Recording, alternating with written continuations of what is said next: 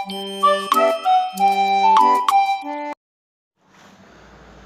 नमः शिवाय। आज सत्संग हो रहा था तो उस सत्संग में एक यंग, क्योंकि आपको पता है कि हमारा जब भी आध्यात्मिक लेवल पे बात होती है तो उसमें यंगस्टर ही ज़्यादा होते हैं। तो और मेरी हमेशा कोशिश ये रहती है कि आज का जो यंगस्टर है उसकी जो भी जिज्ञासा है उसको प्रतीप्त करना, ये मेरी हमेशा कोशिश रहती है। उनके सवाल बहुत अच्छे होते हैं। तो आज हुआ ऐसा कि एक साइंस का स्टूडेंट ने एक सवाल पूछ लिया कि आप साइंस के बारे में कुछ बात करें। तो मैंने कहा चलो ठीक है। तो हमेशा मेरा प्रयास क्या रहा है कि फंडा यानी कि बेसिक क्लियर करना। और आपने हमारे सब यूट्यूब के जो भी वीडियोस देखे होंगे, व्यूअर्स देखे होंगे, उसमें मैंने यही कोशिश की है कि बेसिक क्लियर करें।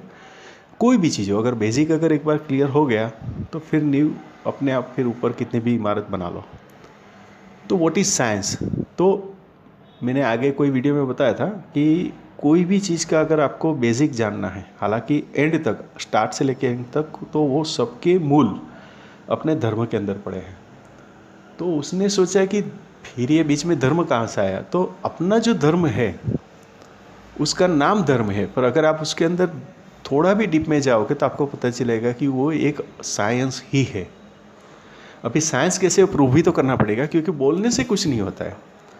तो एकदम से बेसिक से मैं आपको बताऊंगा कि नासा वालों ने भी इसके ऊपर रिसर्च की थी। आपको पता होगा कि सूर्य से पृथ्वी की दूरी या तो पृथ्वी से सूर्य की दूरी नासा वालों ने जब मेज़र करके लिया, फिर हमारे जैसे किसी बंदे ने बोला कि वो तो ऑलरेडी हमारे हर एक के जबान पे है कि उसकी किलोमीटर कितना है। तो लोग सोच में गिर गए और नासा वाले ने बोला how can you prove it? ये प्रूव कैसे करोगे?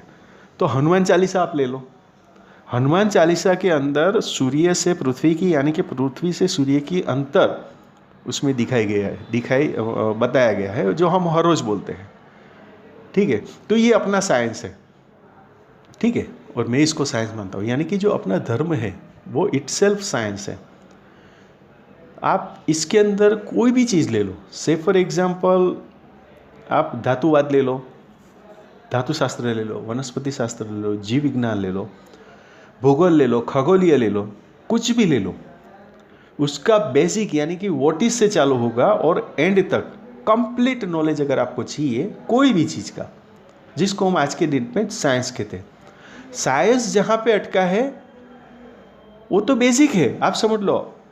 मैं ये नहीं कहना चाहता कि हमारा धर्म संपूर्ण है तो है, उसमें कुछ गलत नहीं है। ठीक है, प्रूव करने की बात आती है तो मैं फिर एक एग्जांपल से प्रूव करना चाहूँगा कि खगोलीय घटना हमारे घर के अंदर मुफ्त में बांटी जाती है दीपावली पे। क्या आप ये बात मान सकते हो? सिर्फ सोच की जरूरत है, सब कुछ हमारे सामने पड़ा हुआ है। से फॉर एग्जाम्पल, अभी इसको प्रूव भी करना पड़ेगा ना। मैंने बोल दिया कि खगोलीय घटना हमारे घर में दीपावली के दिन मुफ्त में लोग गिफ्ट में देके चले जाते हैं, जिसका हम दिन प्रतिदिन इस्तेमाल तो करते हैं, पर क्योंकि हमें एक साइंस की आदत सी हो गई है तो हम भूल से जाते हैं या तो उसको नोटिस नहीं करते। तो अभी मुझे ये प्रूव भी करना पड़ेगा कि खगोलीय घटना जो है वो हमारे घर में गिफ्ट, एज ए गिफ्ट हमारे घर में आती है और हम हर पूरे साल हमारे दीवार पे उसको टांग के रखते हैं। और वो चीज़ है कैलेंडर। आप जब उसमें देखोगे तो पूरी की पूरी खगोलीय घटना उसमें दिखाई गई है। चंद्र ग्रहण कब होगा, सूर्य ग्रहण कब होगा, और वो आपको फ्री में दिया गया है। कोई आएगा आपके घर पे और कैलेंडर मुफ्त में देके जाता है। उसमें आप चौघड़िया, उसको दिन के चौघड़िया, रात को चौघड़िया बोलते हैं, उसमें पूरी खगोलीय घटना आपको तो फ्री में मिल गई, विदाउट एनी प्रैक्टिस और विदाउट एनी प्रॉब्लम। ठीक है, पर हम ये तकलीफ नहीं लेते कि इतना गुड रहस्य साइंस हमारे सामने इजी वे में अपनी घर में पड़ा है तो हम उसको धर्म की तरफ से साइंस है ऐसा नहीं समझते। हालांकि वो साइंस ही है ना। क्यों? क्योंकि अगर आपको चंद्र ग्रहण बताया, कभी वो गलत हुआ? अपना हिंदू शास्त्र कैलेंडर में उसने बताया कि सूर्य ग्रहण इतने बजे होगा, तो आप फिर नासा को पूछ लो। नासा में भी आप नासा में भी देखोगे तो वो बताएगा हाँ कि सूर्य ग्रहण, यहाँ तक नहीं, हमारे कैलेंडर में वो भी लिखा होता है कि आज खगराज सूर्य ग्रहण है और यहाँ पे दिखेगा तो वहाँ पे ही दिखेगा। इतनी इजी वे में हमारा धर्म के रूप में साइंस को हमारे साथ रखा गया है, पर क्योंकि उसको देखने का, उसका सोचने का जो तरीका है हमारा बदल गया है। से फॉर एग्जांपल हम जब डेट की बात करते हैं कि आज कौन सा डेट है हमको पता होता है, पर हमको ये नहीं पता होता है कि आज सूद है या वध है, एकम है या बीज है, पूनम है या अमास है, और पूनम का साइंस क्या है, अमास का साइंस क्या है, वो हमें नहीं पता है। हालांकि वो साइंस ही, अगर आप उसको समझो, सोचो, जानो, जानने की कोशिश करो, तो ये एडवांस टेक्नोलॉजी का साइंस है और ये लोग सिर्फ वेरीफाई कर रहे हैं। आप ये बात, मेरी बात मान के चलो कि ये लोग सिर्फ जो भी नासा वाले हो या कोई भी अर्धघटन टेक्नोलॉजीज वाले हो, वो हमारे जो धर्म के शास्त्र या ग्रंथ है या कोई भी जो सब्जेक्ट है, वो उन लोगों ने पहले उसको तराशा, उसके बाद उसको बेस बना के जब चेक किया तो पता चला कि हाँ ये सही है। अभी पता चला, अभी आज का अभी एक वीकेंड में आप देख लो, ये वीकेंड में आया था मंगल से बहुत ढेर सारा पानी मिला। अरे आप पानी पे अटके हो, धर्म के अंदर, हमारे धर्म में मतलब हिंदू धर्म के अंदर तो क्लियर कट लिखा गया है कि मंगल से आदमी आता है जाता है। आज की डेट में भी मंगल से आदमी आने जाने का व्यवहार चालू है, कम्युनिकेशन चालू है। और अभी तो साइंस कभी बताता है उधर पानी नहीं है और कभी बताता है पानी ढेर सारा मिल गया। अभी तो यस और नो में चल रहा है ना। और हमारे पास तो ऑलरेडी एविडेंट पड़ा है कि मंगल ग्रह से कौन आया, कब आया, उसके बारे में भी मैंने आगे एक वीडियो में बताया था। और वो भी आप शायद वीडियो देखें तो आपको पता चलेगा कि सूर्य ग्रह से कोई आया है, कोई चंद्र से आया है, मंगल से आता है। कम्युनिकेशन चलता रहता है। तो जब तक, जहाँ हमारी जो बात हो रही थी, साइंस की बात हो रही थी, तो साइंस जो है वो जब हम इंग्लिश, अभी चलिए मैथ्स पे चले जाते हैं, ठीक है।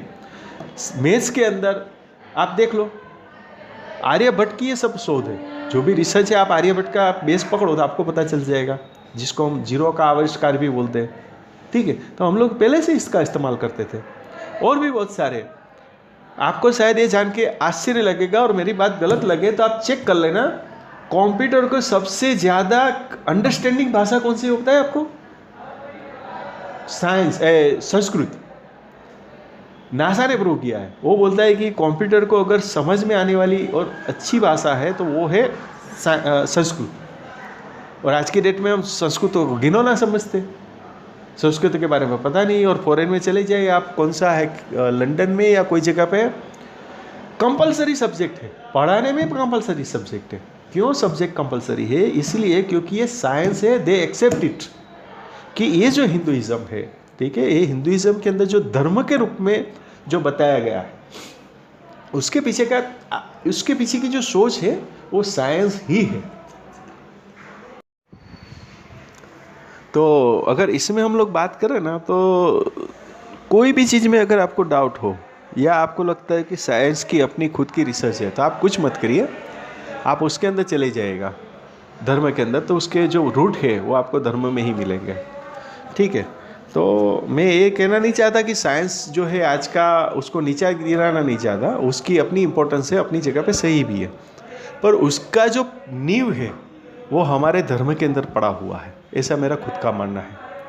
तो आपको ये सब ध्यान रखना है। और क्योंकि सच बात आपको अगर पता हो तो एकदम से क्लियर होंगे और हमारा अपना इम्पोर्टेंस रहेगा। कहने का तात्पर्य ये है कि अगर आपका अपना इम्पोर्टेंस आपको पता है, जो अपनी धरोहर है उसको संभाले रखना, संजोरे रखना, वो अपना काम है। तो ये सब बात होती है। कोई भी टॉपिक पे आप ले लो, बहुत सारे हैं, खोलने जाएंगे तो बहुत लंबा चौड़ा वीडियो हो जाएगा, तो इसलिए इतना काफ़ी है। तो आशा करता हूँ कि आज का ये जो वीडियो है वो आपको अच्छा लगा।